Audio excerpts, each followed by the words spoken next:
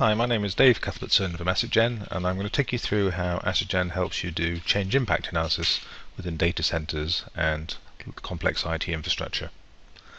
One of the first things we have to do is understand what type of impact analysis you're meaning, and so the way we identify this is to have a stage 1 impact, which will be looking at hardware and connectivity issues such as power, networks, and the movement of racks, and from that list then producing a stage 2 impact analysis using our system mapping software, where we may want to understand the software, application, alternatively service impacts of such a change. And I'll take you through both of those, so we'll handle stage 1 first.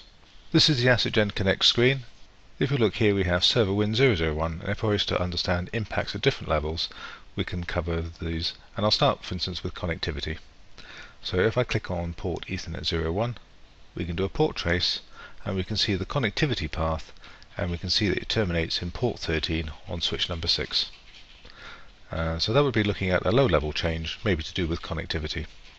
If I click on the device itself, server win 001, we can do a port trace of every connection to that server, so we can understand what resources and what potentially impacts there would be of a change. And this applies to every device, and all of these are hyperlinked. So for instance, if I click on switch number 5 here, we can now see that switch number 5 on the left hand side, and we can do a port trace, and we can see every single device connected to that switch.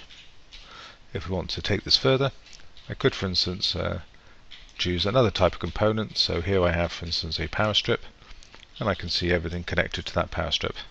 So this is one level of change, so this is looking at individual components and their connectivity.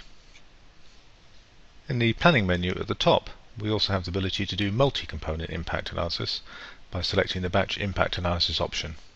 And this is designed to help identify very quickly the lists of hardware and services potentially impacted by changes within the infrastructure.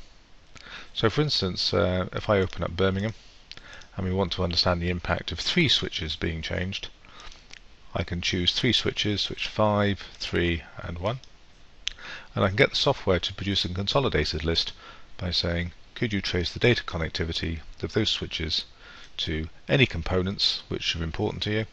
So in this case I'll just say let's go for Windows and Unix servers, create this as a report, and then extract and run. And what we'll do here is we'll get a list of all the different servers connected to those 3 switches. This obviously we could trace 20 switches or 100 switches, and the same would apply to any connectivity of any other components which may be called infrastructure devices.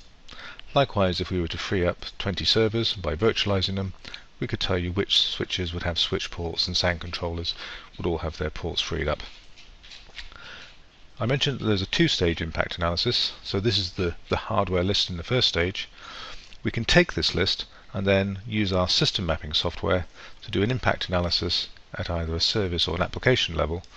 And so for instance, if I did a business level here, I can then run the query and I can see which of those servers are mapped into various production business services. Alternatively, if I want to understand software, we can then see the impact. So the impact of those 3 switches on services or software have been very quickly and easily definable.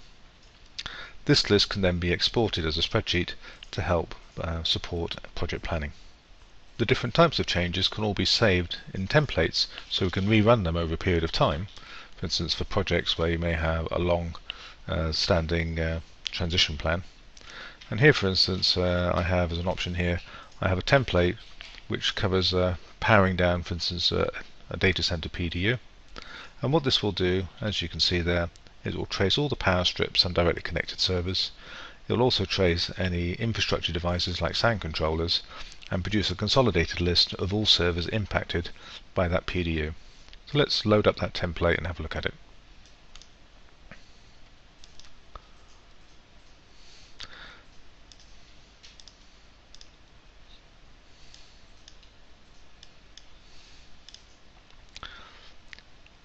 Here is the PDU that we're going to be using as our source, and this PDU we're going to be tracing the power connectivity to all power strips.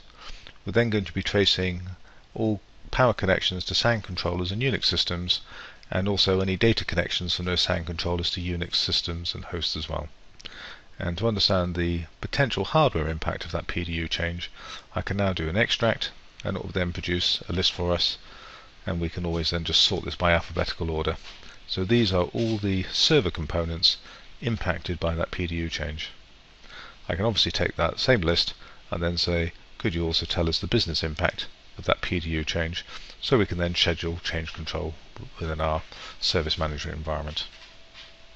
So we've covered data center impact analysis in a number of ways. The same can be applied to supporting changes for multiple components in multiple data centers, and also, for instance, if you want to understand the impact of virtualizing a large number of servers, what resources, what applications potentially be impacted that with data center move or consolidation.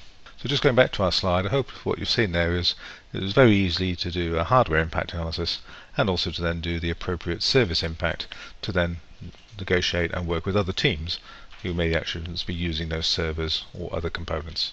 Hope you found this useful, and I recommend you look at our other videos to cover how we also, for instance, may show some of the impacts in a visual form using Visio diagrams.